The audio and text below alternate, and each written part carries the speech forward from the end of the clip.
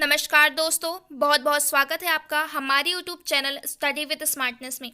आज के इस वीडियो में हम हिंदी के कुछ इंपॉर्टेंट क्वेश्चंस को डिस्कस करेंगे। तो चलिए शुरू करते हैं। हमारा पहला प्रश्न है, मरणासन में कौन सा समास है?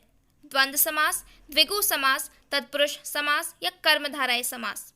इसका राइट आंसर है तत्पुरुष समास। चूंकि तत्पुरुष समास में हमेशा उत्तर पद प्रधान होता है और उत्तर पद ही विशेष्य और पूर्व पद विशेषण होता है, तो यहाँ पे मरणासन एक तत्पुरुष समास का उदाहरण है जिसका समासिक विग्रह होता है मरण को पहुंचा हुआ।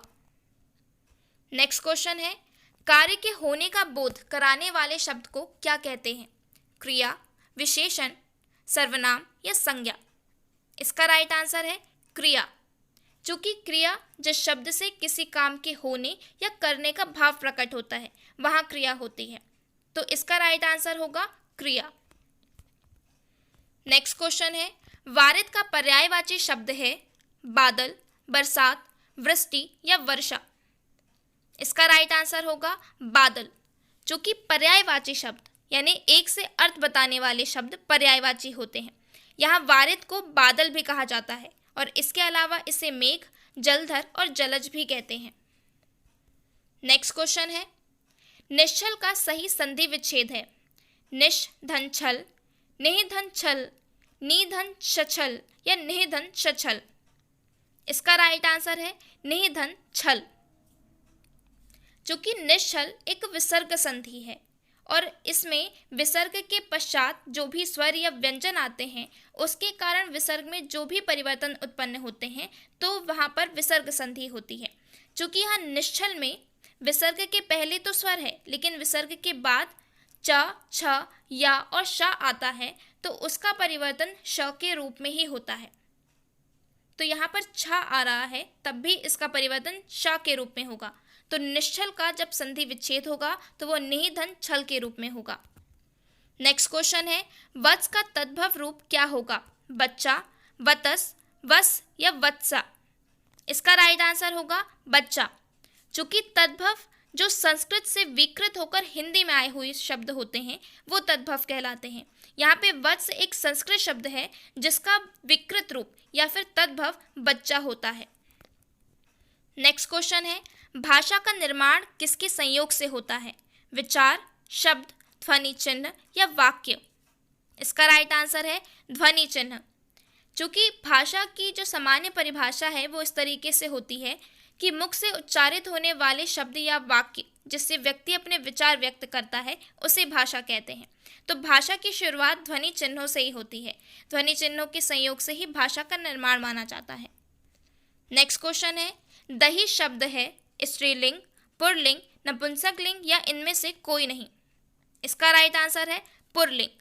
सामान्यतः जहाँ पुरुषत्व का बोध होता है वहाँ पुल्लिंग होता है, लेकिन अगर हम अप्राणीवाचक संज्ञा की बात करते हैं तो प्रायः जितने भी द्रव्य पदार्थ होते हैं उन्हें पुल्लिंग की संज्ञा दी गई है। तो यहाँ दही एक पुल्लिंग है। नेक्स्ट क्वेश्चन है, भाषा की सबसे छोटी इकाई है व्यंजन, शब्द, वर्ण या स्वर? इसका राइट आंसर है वर्ण। भाषा की सबसे छोटी इकाई वर्ण मानी जाती है। नेक्स्ट क्वेश्चन है, अद्भुत का समानार्थी नहीं है? आश्चर्यजनक, भयानक, अपूर्व या अद्वितीय? इसका राइट आंसर है भयानक। चूंकि समानार्थी जो कि समान अर्थ प्रकट करते हैं किंतु सूक्ष्म अंतर के कारण अलग अलग तरीकों से इनका उपयोग किया जाता है, तो यहाँ अद्भुत को आश्चर्यजनक, अपूर्व और अद्वितीय कह सकते हैं लेकिन भयानक नहीं। नेक्स्ट क्वेश्चन है, फूलों के आसपास रहते हैं फिर भी कांटे उदास रहते हैं, इसमें कौन सा अलंकार है? अतिशयोक्ति अलंकार, अन्योक्ति अलंकार, अनुप्रास अलंकार या अर्थालंकार? इसका राइट आंसर है अन्योक्ति अलंकार। अन्योक्ति अलंकार यानी जहाँ किसी उक्ति के माध्यम से किसी अन्य को कोई बात कही जाए वहाँ अन्योक्ति अलंकार होता है। जैसे इन पंक्तियों में फूलों को सुविधा का प्रतीक बताया गया है और कांटों को दुख का प्रतीक बताया गया है, यानी इस पंक्ति में सुख से घिरे हुए दुखी प्राणी को संबोधित किया जा रहा है, तो यहाँ अन्योक्ति अलंकार है।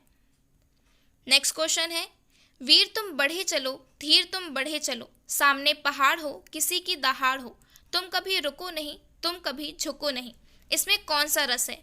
वीर रस, शांत रस, करुण रस या रौद्र रस? इसका राइट आंसर है वीर रस। चूंकि वीर रस जहां उत्साह युक्त वीरता के भाव को प्रदर्शित किया जाता है, तो इन पंक्तियों में वीर रस की प्रधानता है और वीर रस का स्थायी भाव उत्साह होता है। नेक्स्ट क्वेश्चन है, खाई से निकलकर खंदक में कूदना मुहावरे का अर्थ है एक मुसीबत से निकलकर दूसरी में जाना, किसी के विरुद्ध कार्यवाही करना, मारा मारा फिरना या सब कुछ नष्ट हो जाना। इसका राइट आंसर है एक मुसीबत से निकलकर दूसरी में जाना। चूंकि मुहावरे किसी भी वाक्यांश का एक विशेष अर्थ प्रकट करते हैं, तो यहाँ पे खाई से कूदकर, खाई से निकलकर खंदक में कूदना, इसका अर्थ होता है एक मुसीबत से निकलकर दूसरी मुसीबत की ओर जाना। नेक्स्ट क्वेश्चन है, भूत, वर्तमान, भविष्य को देखने वाला, इसके लिए एक शब्द है ज्ञानी, पंडित, ज्ञाता या त्रिकालदर्शी। इसका राइट आंसर है त्रिकालदर्शी। त्रिकालदर्शी यानी जो कि तीनों कालों को यानी भूत, वर्तमान और भविष्य को देख सकता है, उसे त्रिकालदर्शी कहते हैं। नेक्स्ट क्वेश्चन है, शुद्ध वर्तनी वाला शब्द है दर्शनाभिलाषी, दर्शनाभिलाषी, दर्शनभिलाषी या दर्शनभिलाषी। इसका राइट आंसर है दर्शनाभिलाषी। दर्शनाभिलाषी ये सही वर्तनी है। नेक्स्ट क्वेश्चन है, जानवी का पर्यायवाची शब्द है संसार, जानने वाली, जहन्नुम या सुरसरी। इसका राइट आंसर है सुरसरी। चूंकि पर्यायवाची जो एक से ही अर्थ बताने वाले शब्द होते हैं उन्हें पर्यायवाची कहते हैं, तो यहाँ जानवी को सुरसरी भी कहते हैं। इसके अलावा इसे गंगा, मंदाकिनी और सुरसरिता भी कहा जाता है। तो ये आज के हमारे हिंदी के इंपॉर्टेंट क्वेश्चंस थे। देखने के लिए धन्यवाद। Thanks for watching study with smartness. Please like, share and subscribe.